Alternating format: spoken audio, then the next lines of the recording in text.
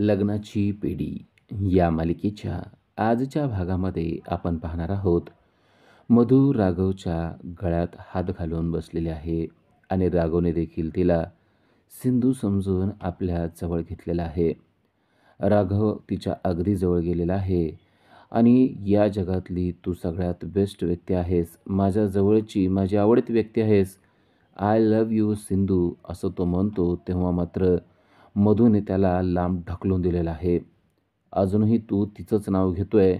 आता ती नाही आहे, मी आहे तुझ्या आयुष्यामध्ये. राघव, आता तू माझा विचार कर. Raghav, please marry me. माझ्याशी लग्न कर ना राघव. असा ती हट्ट आता राघवच्या पुढं करत आहे. पण औषधाच्या धुंदीत असलेल्या राघवला मात्र ती अजूनही सिंधूच वाटत आहे.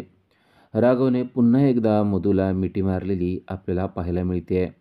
पण तेवढ्यात मधूच्या रूमची लाईट चालू आहे.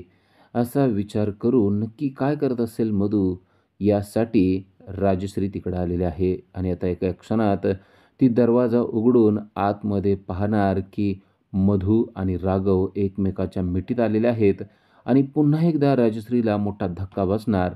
पण ती दरवाजा न उघडता माघारी फिरलेली आपल्याला पाहायला मिळते. राजश्रीने तो दरवाजा उघडलेला नसतो. पण त्याच वेळेला घरामध्ये गोदा आलेले आहे.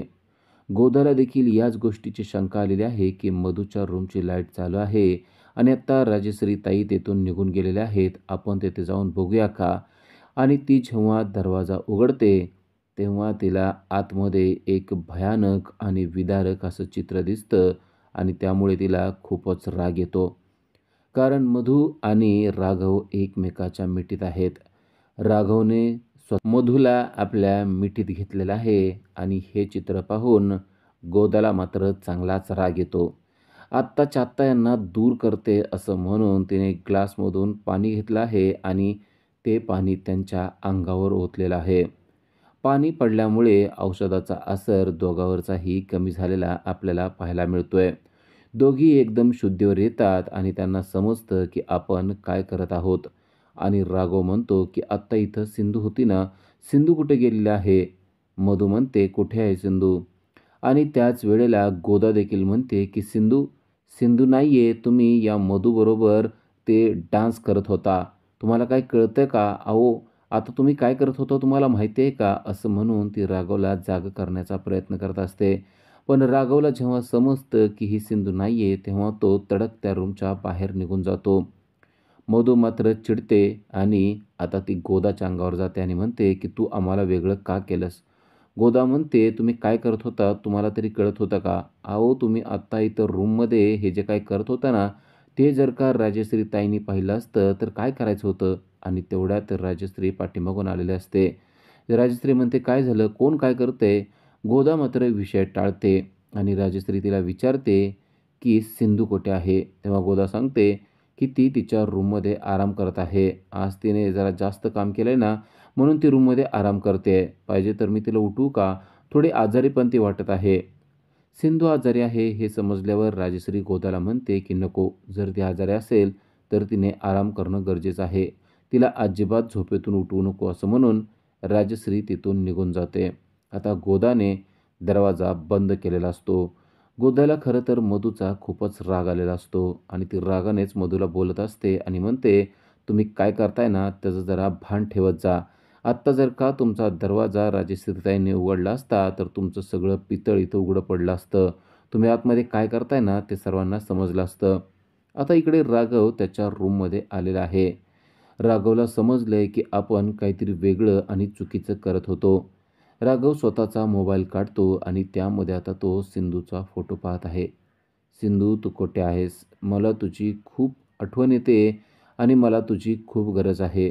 मला माहिती आहे तुला देखील माझी गरज आहे, पण तू आता कुठे आहेस ते मात्र मला कळू शकत नाही. त्यामुळं मी तुझ्यापर्यंत पोहोचू शकत नाही. पण आता मी हातावर हात धरून शांत बसणार नाही. आता मी काही जरी झालं तरी तुझ्यापर्यंत पोहोचणार आणि तुला घरी घेऊन येणार, असं राघव त्या मोबाईलमधील फोटोशी बोलताना म्हणत आहे.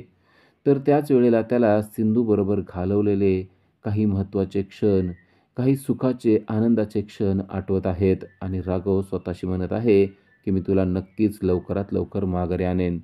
तर इकडे गोदा आता पुन्हा एकदा सिंधूकडे म्हणजेच कृष्णाकडे आलेले आहे आणि ती कृष्णाला म्हणते की तुला घरी जाणं गरजेचं आहे.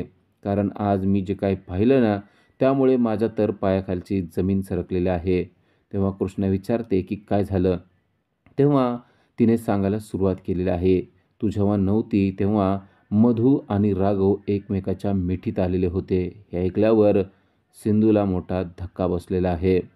गोदाने सांगितले की कशाप्रकारे तेथे गोष्टी घडत चाललेल्या आहेत आणि हे जर का असंच घडत राहिलं तर मोठं संकट तुझ्यावरच येईल याची मला भीती वाटते.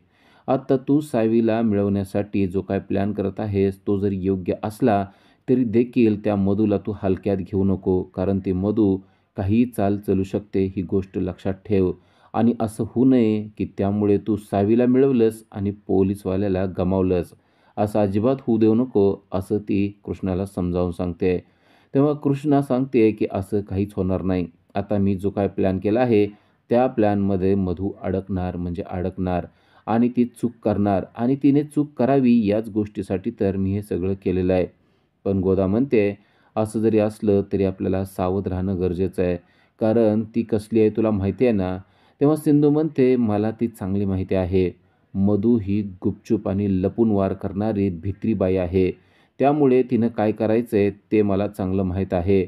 एकदा ती आपल्या प्लॅनमध्ये अडकली की मग मात्र ती काही करू शकणार नाहीये." तरी देखील गोदा म्हणते, "तू सावध राहा."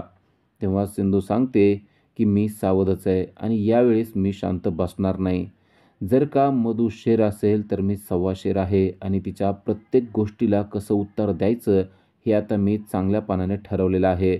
आजपर्यंत तिने माझ्यावर जो काय अन्याय केलेला आहे आणि मला जो काय त्रास दिलेला आहे त्या प्रत्येक अन्यायाचा, त्या प्रत्येक अत्याचाराचा, प्रत्येक प्लॅनचा आणि तिने माझ्यावर उगवलेल्या सुडाचा मी बदला घेतल्याशिवाय राहणार नाही.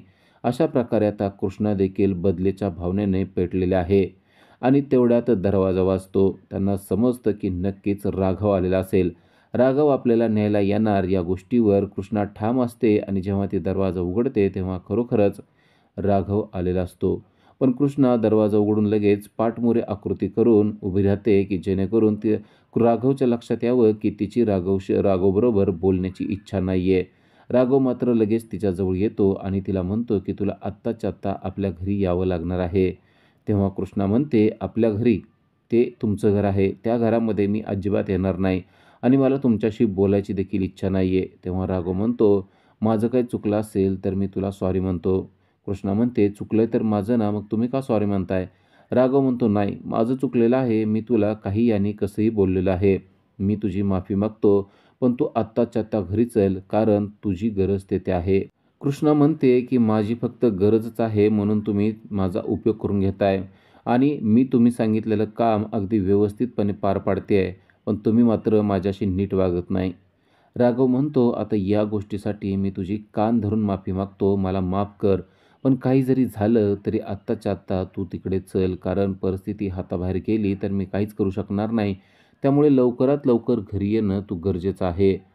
आता सध्या राजश्री आईला तुझी गरज आहे या गोष्टीचा तरी विचार कर." असं म्हणून तो सिंधूला समजावून सांगण्याचा प्रयत्न करत आहे.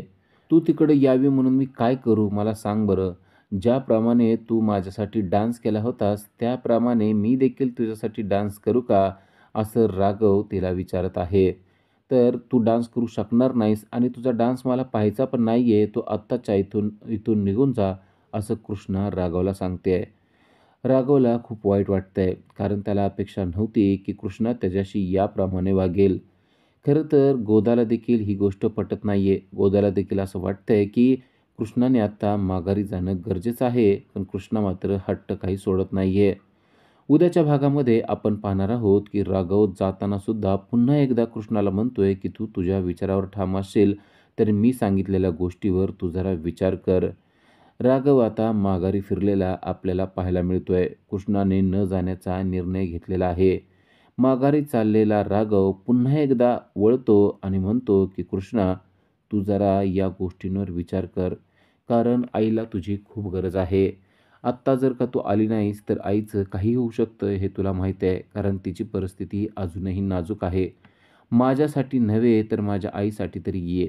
जेव्हा राघव माघारी येतो तेव्हा आईने त्याला हाच प्रश्न विचारलाय की कृष्णा कुठे आहे? कृष्णा खरंच पुन्हा एकदा घर सोडून गेली आहे का? मला तिला रूममध्ये बघायचं आहे असं म्हणून आता राजश्री कृष्णाच्या रूमकडे चाललेली आपल्याला पाहायला मिळते आहे. आणि राजश्री धावत पळत रूमकडे चाललेली आहे तेव्हा सर्वजण राजश्रीच्या पाठीमागेच आहेत. राजश्री जेव्हा कृष्णाच्या रूमकडे जाते तेव्हा दरवाजा बंद असतो. राजश्री दरवाजा उघडते आणि सर्वांनाच मोठा धक्का बसतो. राजश्रीला देखील धक्का बसतो कारण कृष्णा आलेली असते.